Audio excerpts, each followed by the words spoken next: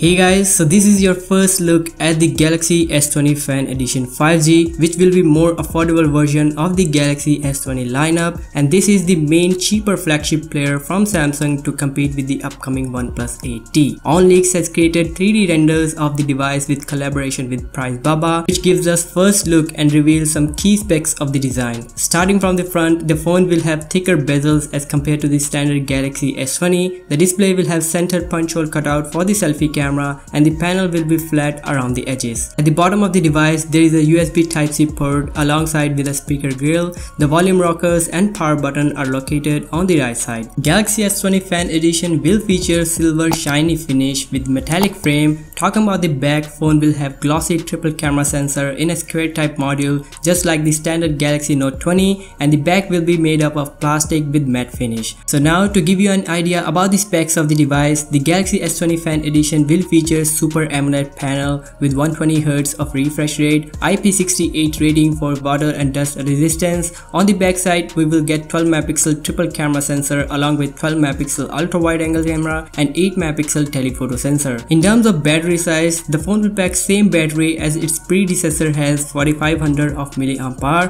which will be supporting 25 watt of fast charging. There are two variants for the Galaxy S20 Fan Edition, one with Qualcomm Snapdragon 865 CPU and other one will be exynos 990 processor, which will be an 4G version of the same. Talking about the launch and the price of the device, then it will be launching somewhere around in October to directly compete with the Oneplus 8T and the upcoming iPhone 12. The phone will cost you around $750 for the 5G version and $650 for the 4G variant. So guys, let me know your thoughts on the Galaxy S20 Fan Edition 5G and 4G version as well, and if you like the information in this video, then hit the like button and subscribe to the channel as well. I'll catch you in my next video. Bye bye.